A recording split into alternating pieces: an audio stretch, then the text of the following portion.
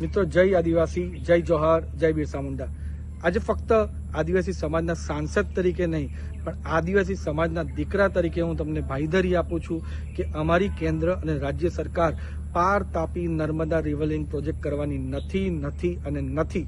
એનું કારણ એ છે કે આજે અમારા કેન્દ્રીય જલશક્તિ મંત્રી, ગુજરાત ભારતીય જનતા પાર્ટીના પ્રદેશ અધ્યક્ષ અને નવસારીના સાંસદ CR પાટીલ સાહેબે ઓન રેકોર્ડ સ્ટેટમેન્ટ આપ્યું છે કે પાર તાપી નર્મદા રિવરલિંક કરવાની કોઈ યોજના અમારી સરકારને નથી, કોઈ હિલચાલ પણ નથી। એનું કારણ એ છે કે 2022માં ગુજરાતના મૃદુ અને મક્કમ મુખ્યમંત્રી ભૂપેન્દ્ર પટેલ સાહેબ અને CR પાટીલ સાહેબે પ્રેસ કોન્ફરન્સ કરીને આ પ્રોજેક્ટ રદ કર્યો હતો।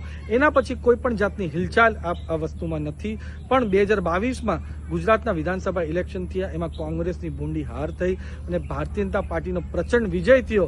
એમાં ગુજરાતમાં ભારતીય જનતા પાર્ટી 156 સીટ જીતી, પણ ખાસ કરીને ઉમરગામથી અંબાજી લગીને જે આદિવાસી પટ્ટી છે એમાં 27માંથી 23 ભારતીય જનતા પાર્ટીના ધારાસભ્ય આવ્યા અને લોકસભા ઇલેક્શનમાં પણ 4માંથી 4 લોકસભા સીટ ભારતીય જનતા પાર્ટી જીતીને 5મી સીટ ભરૂચમાં પણ મનસુખભાઈ વસાવાએ, ચૈતરભાઈ વસાવાને કારમી હાર ત્યાં પણ આપી હતી। અને એના પછી સ્થાનિક સ્વરાજ્યની જેટલી ચૂંટણી થઈ એમાં પણ કોંગ્રેસની ભૂંડી હાર થઈને ભારતીય જનતા પાર્ટીનો પ્રચંડ વિજય થયો।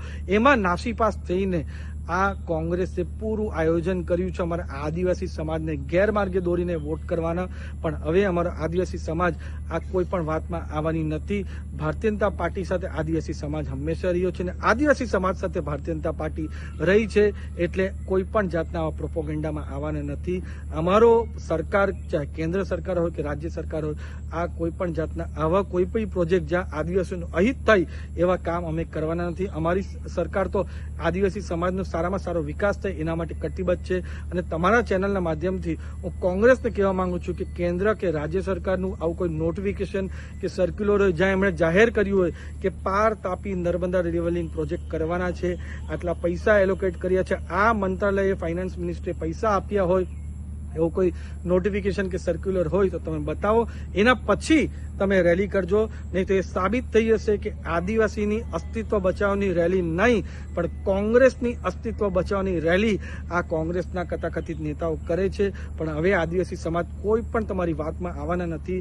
આદિવાસી સમાજના લોકોને હું પાછા કહેવા માંગુ છું કે આદિવાસી સમાજનું કોઈ પણ અહિત અમે થવા દેવાના નથી। અને પાર તાપી નર્મદા રિવરલિંક પ્રોજેક્ટ જે કેન્દ્ર સરકારની યોજના છે, હું કેન્દ્રના સાંસદ તરીકે હું વાત કરું છું, ઓથોરિટી સાથે વાત કરું છું, ને અમારા જલશક્તિના મંત્રાલય CR પાટીલ સાહેબે પણ ઓથોરિટી સાથે કીધું છે કે આ પ્રોજેક્ટ થવાનો નથી। જય આદિવાસી, જય જોહર, જય બિરસા મુંડા।